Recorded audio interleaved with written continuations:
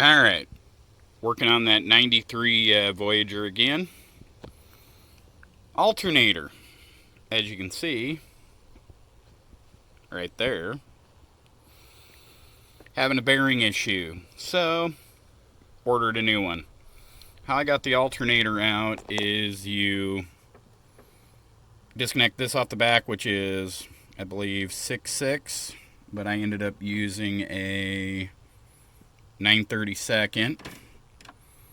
You're going to need a 10 millimeter for there, and there on the back of the alternator. Going to need a 15 for this bolt and the alternator bolt down here. You can see it, or where it goes through, which is that one. So you need a 15 ratchet wrench. There's the 15 for the top. Your power steering reservoir takes 8 millimeter. There's one and two. Then you have a 10 millimeter down here on the bracket, which is right above the tensioner, which you do have to take the tensioner pulley off.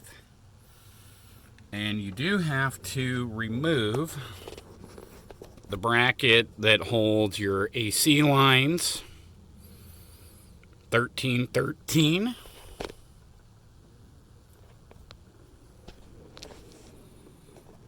All in all, it took me about 30 minutes to get it out. Wasn't too overly bad.